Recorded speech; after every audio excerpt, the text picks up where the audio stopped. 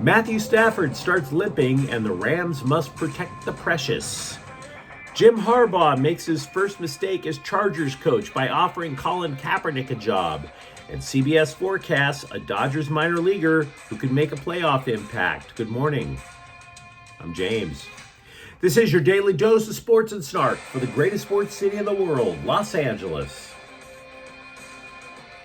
This is the faithful Angelenos morning report. So, I am happy as you could possibly imagine. This is my last day on this particular work assignment. It's August 15th, 2024, and if you like being in the know about LA sports, clickety-clack the like button, clickety-clack the subscribe button. There's a notification bell. Hit that. It'll let you know when we drop new content. Sharing is caring. Let people know we exist, and by all means, comment. Now, before we go through the news and notes, a look at the scoreboard. Walker Buehler returned, but it was kind of the same result as his last comeback. Milwaukee 5, Dodgers 4. Buehler allowed 4 runs. Only one of them earned, but it was 4 runs in 3 1/3 innings. Mookie Betts scored twice. Meanwhile, today, the Dodgers are finishing their series in Milwaukee at 11 a.m. Jack Flaherty, he's 9-5 with a 2.97 ERA. Tobias Myers is 6-5 with a 2.79 ERA. New York is at the Sparks. That game's at 6. Did you miss the WNBA? Me neither. So what do you say we get to the news?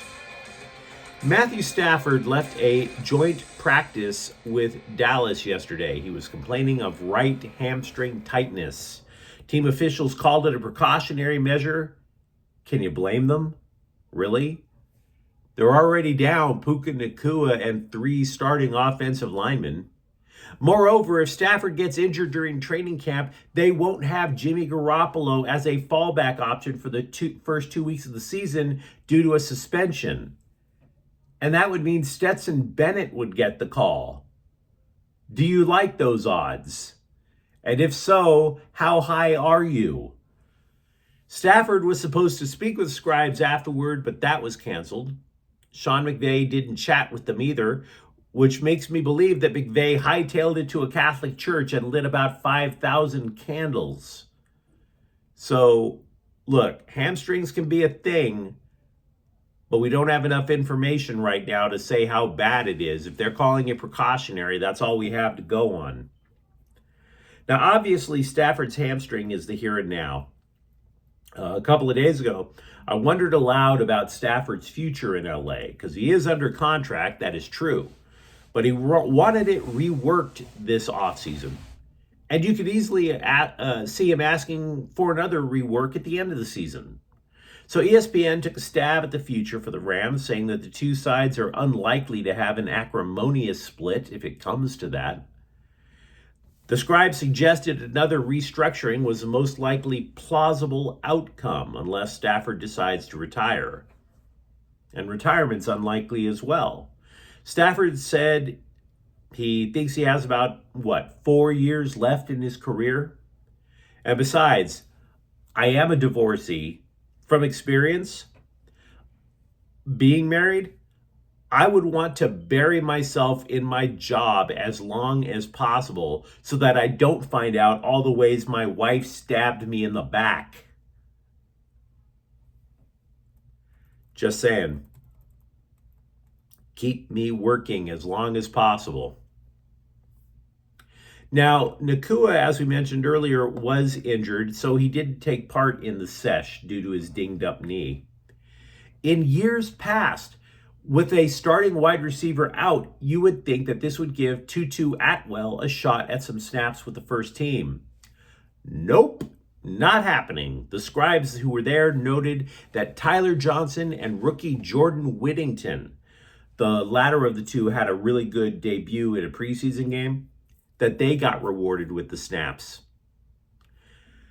The Athletic listed the top 25 players, by the way, under the age of 25, and Nacua was on there, but he was ranked 23rd. Now, I don't normally get my drawers in a bunch over these goofy fake rankings, because they don't mean anything.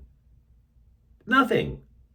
But I would like to remind The Athletic, which is normally a damn solid journalism outlet, Nakua rewrote the rookie receiver record book. And he's 23rd? I don't know how high you put him.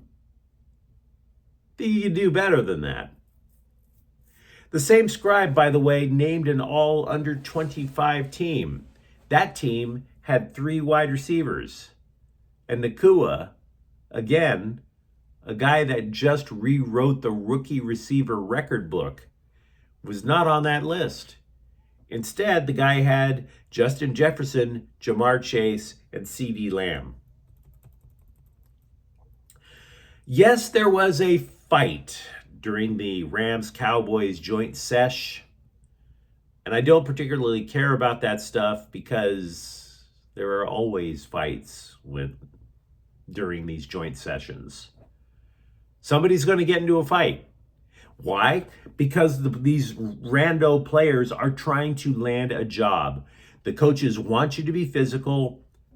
You're sitting there hearing, I've got to be physical to get this job. So why not go in there and start some crap, right? Only thing is, this fight was extremely stupid. Cowboys defensive lineman Albert Huggins knocked a Rams assistant to the ground. And by the way, when I say assistant, that poor guy doesn't even get a check. He's not a player. He's a rando. He's an intern. So, Albert Huggins, well done, tough guy. Well done. They used to say, go pick on someone your own size. There you were, standing around 100 guys your own size. And no. You go after the guy who brought Starbucks to the coaching staff. Macho.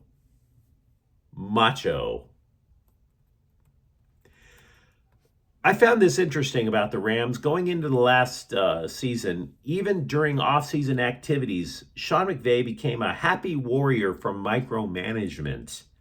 And if you recall, the Rams 2 years ago, they had crashed and burned in defense of their Super Bowl title. Then the franchise stripped the defense down to Aaron Donald and 10 randos. Now, McVay knew that the team was going to be super young, so he slowed everything down, everything. They had classes teaching players how to properly put on their pads.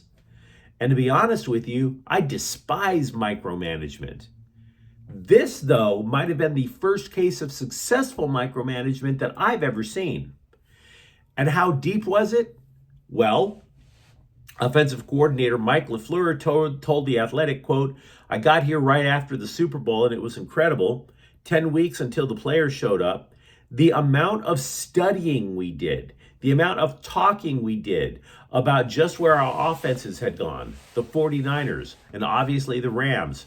And then what I observed from him that was incredible was if we're going to talk about gap runs, we're talking about gap runs, and we are not stopping talking about gap runs until the T's are crossed, the I's are dotted, and we are all on the same page. You feel like you've got all these other things to do, and you do, but we're not moving on to the next until we've got this one down. I think that's why you see his teams and the players that he always coached being so detailed, unquote. Chargers coach Jim Harbaugh told USA Today that he reached out to Colin Kaepernick earlier this year about joining the Chargers coaching staff. Harbaugh said the quarterback turned agitator turned attention hog would consider the gig and get back with him. And then Kaepernick ghosted his former coach. Totally ghosted him. And I resent Jim Harbaugh offering Kaepernick a job, I should say. Understand, not because Kaepernick knelt for the national anthem, not because of Kaepernick's politics. You can advocate whatever you want. I get it. That's part of being an American. But because Colin Kaepernick is clearly doing whatever he can to keep his grift on. Come on, can we just finally acknowledge this? He keeps talking about wanting to play. I don't think he wants to play. And if he doesn't want to play, he damn sure doesn't want to coach. Why do that? if you're Colin Kaepernick, when you can be a celebrity just by being a celebrity. Celebrity for celebrity's sake. Colin Kaepernick is the Kim Kardashian of the civil rights movement. It's not like you have to work when you're a celebrity for a celebrity's sake. Kaepernick said earlier this week that he was still trying to make a comeback as a player, despite not having taken a snap in 7 bleeping years. Right? Despite the fact that he was supposed to have a tryout with the Atlanta Falcons and he ghosted them because they wouldn't allow all the things to work out in his favor. He wanted a whole bunch of perks just to try out. Despite a tryout with the Raiders just a couple of years ago that apparently went so bad, it got memory hold faster than the COVID lockdowns. Colin Kaepernick is the master of the phantom comeback because they have gotten more press coverage than Will Smith slapping Chris Rock. There's a better chance of a cure for cancer happening than Colin Kaepernick ever playing again in the NFL. And yet the press falls for it. The scribes fall for it every single time. And you guys think out there in journalism land that he actually would seriously consider coaching? Come on, man. Also with the Chargers, The Athletic believes Tuli Tuipulotu is poised to make a major jump in his second season in the NFL. They expect defensive coordinator Jesse Minter to pile on more responsibility on the former USC rusher and, quote, could be a star in that defense, unquote. CBSSports.com is suggesting minor league reliever Edgardo Hernandez could not only make the postseason roster, but could dominate. He began this year in Single A and has just rocketed all the way up to Triple-A Oklahoma City. He has struck out more than 42% of the batters he's faced. His fastball hits 103 miles an hour. We've talked a lot lately about Tommy John surgery, and if that matters, one guy who had Tommy John surgery is Tony Gonsolin. He threw on flat ground out in Arizona on Tuesday. Don't read anything even remotely optimistic about that. He is not going to come back this season. Olivier Giroud did make his LAFC debut Tuesday in a 4-1 victory over San Jose in Leagues Cup. The world champion from France subbed in, played the last 20 minutes. LAFC will finally go on the road in Leagues Cup. They will travel to Seattle in the quarterfinals on Saturday night. The Sounders play on artificial turf, but manager Steve Cherundolo said that will not keep Giroud, who's 37, from playing. The Black and Gold also traded goalie Abraham Romero to the Columbus Crew for a wee bit of cash. But you let me know what you think in the comments thread. Are you worried about Matthew Stafford with a hamstring issue? What do you imagine Colin Kaepernick would actually accomplish as an assistant coach? And if you enjoyed the content, don't forget to subscribe to Faithful Angelenos. We are talking LA sports every single day. Thank you for watching. I'm James. We'll be back tomorrow. Faithful Angelenos is a Kian Cortel Queso production. Take care.